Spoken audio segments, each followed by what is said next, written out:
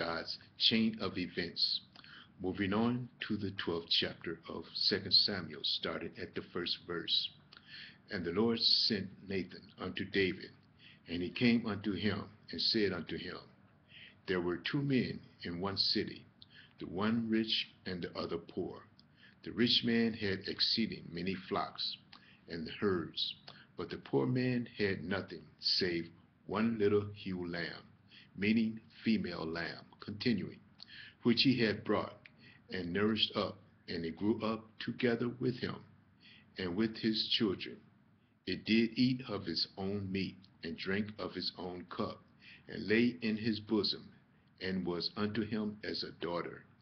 And there came a traveler unto the rich man, and he spared to take of his own flock, and of his own herd, to dress for the wayfaring man that was come unto him, but took the poor man's lamb, and dressed it for the man that it was come to him, that was come to him. And David's anger was greatly kindled against the man, and he said to Nathan, As the Lord liveth, the man that hath done this thing shall surely die, and he shall restore the lamb fourfold, because he did this thing, and because he had no pity. And Nathan said to David, Thou art the man. Thus said the Lord, God of Israel, I anointed thee king over Israel, and I delivered thee out of the hand of Saul, and gave thee thy master's house, and thy master's wives into thy bosom, and gave thee the house of Israel and of Judah. And if that had been too little, I would moreover have given unto thee such and such things.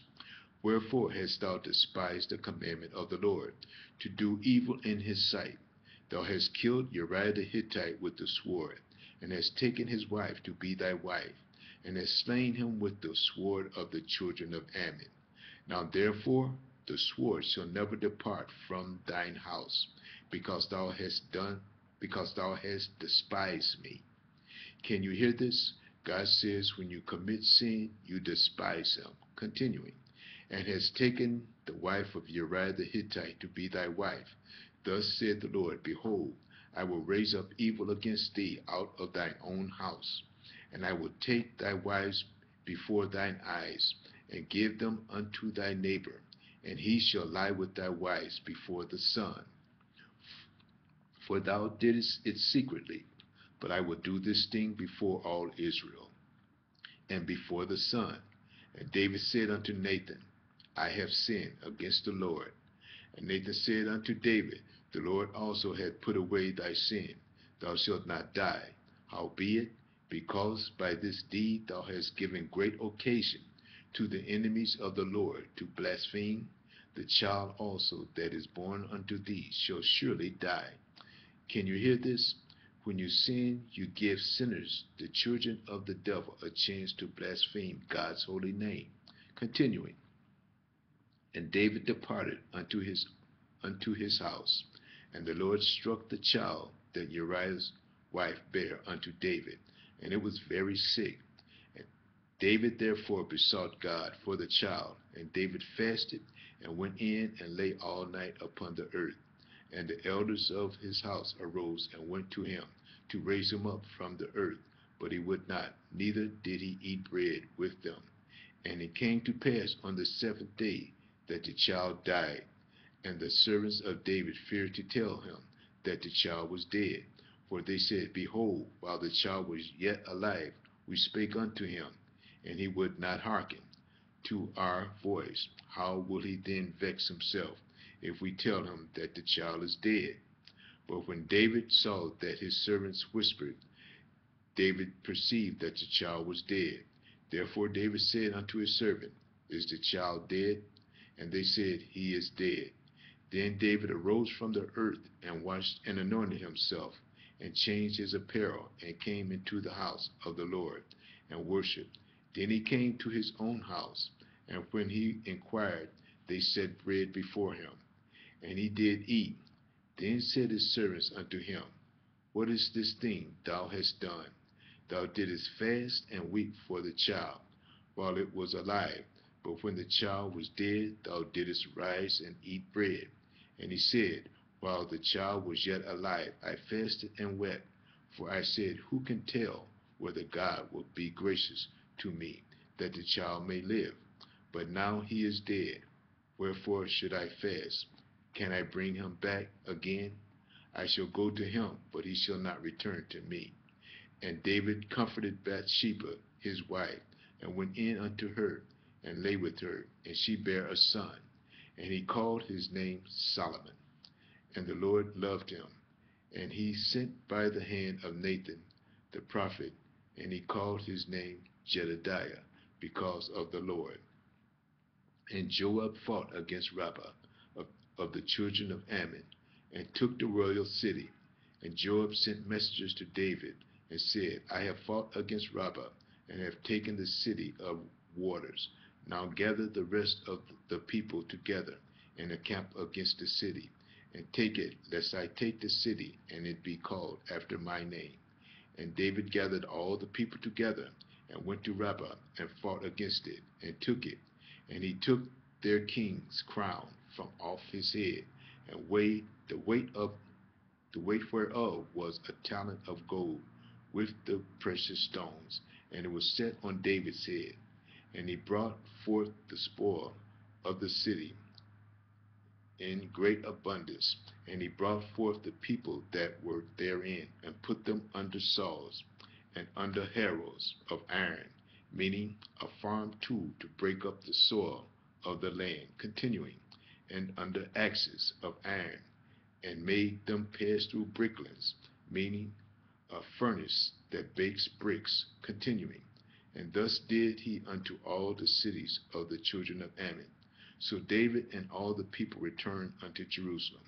Moving on to the 13th chapter of Samuel, 2 Samuel, starting at the first verse. And it came to pass after this, that Absalom, the son of David, had a fair sister, whose name was Tamar. And Ammon, the son of David, loved her.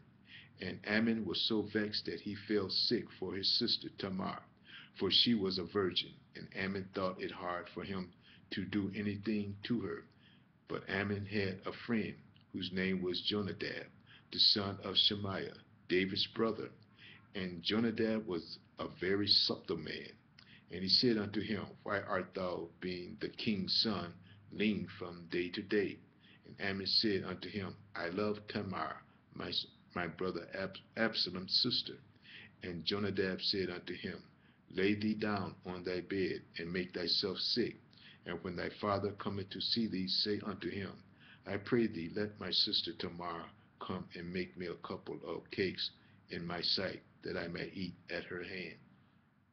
Then David sent home to Tamar, saying, Go now to thy brother Ammon's house, and dress him meat. So Tamar went to her brother's Ammon's house, and he was laid down. And she took flour and kneaded it, and baked cakes in his sight, and did bake the cakes. And she took a pan and poured them out before him. But he refused to eat. And Amnon said, Have all the men from me? Have all the men from me? And they went out every man from him. And Amnon said unto Tamar, Bring the meat into the chamber, that I may eat of thine hand. And Tamar took the cakes which she had made, and brought them into the chamber to Ammon her brother. And when she had brought them unto him to eat, he took hold of her, and said unto her, Come, lie with me, my sister. And she answered him, Nay, my brother, do not force me, for no such thing ought to be done in Israel. Do not thou this folly. And I, whither shall I cause my shame to go? And as for thee, thou shalt be as one of the fools in Israel. Now therefore, I pray thee, speak unto the king, for he will not withhold me from thee. Howbeit he would not hearken unto her voice, but being stronger than she, forced her and lay with her. Then Amnon hated her exceedingly, so that the hatred wherewith he hated her was greater than the love wherewith he had loved her. And Amnon said unto her, Arise, be gone. And she said unto him, There is no cause. This evil in sending me away is greater than the other that thou didst unto me. But he would not hearken unto her. Then he called his servant that ministered unto him, and said, Put now this woman out from me, and bolt the door after her. And she had a garment of divers colors upon her, for, for with such robes were the king's daughters that were virgins apparel. Then his servant brought her out, and bolted the door after her. And Tamar put ashes on her head, and rent her garment in divers colors that was upon her, and laid her hand on her head, and went on crying.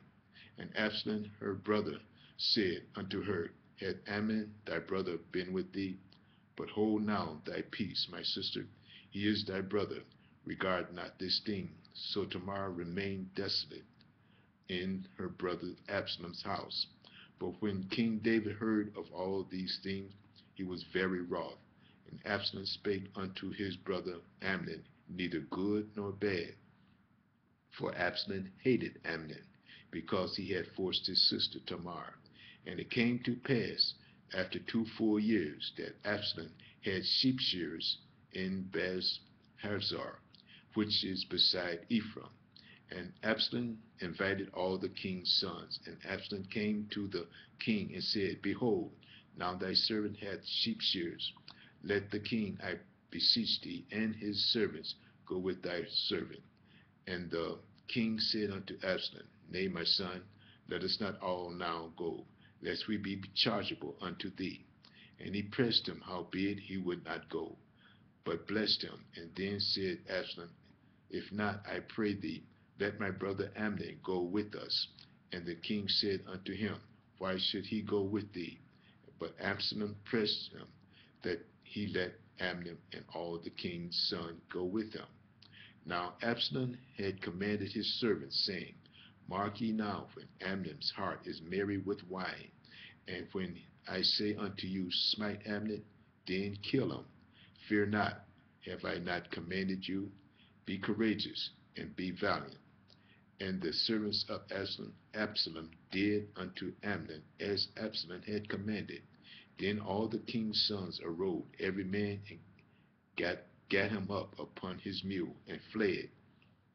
And it came to pass, while they were in their way, that tidings came to David, saying, Absalom has slain all the king's sons, and there is not one of them left.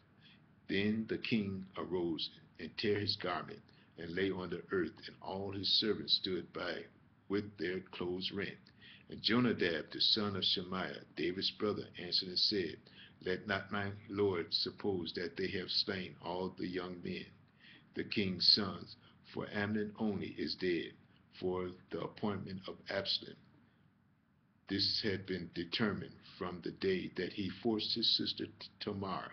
Now therefore let not my lord the king take the thing in his heart, to think that all the king's sons are dead, for Amnon only is dead.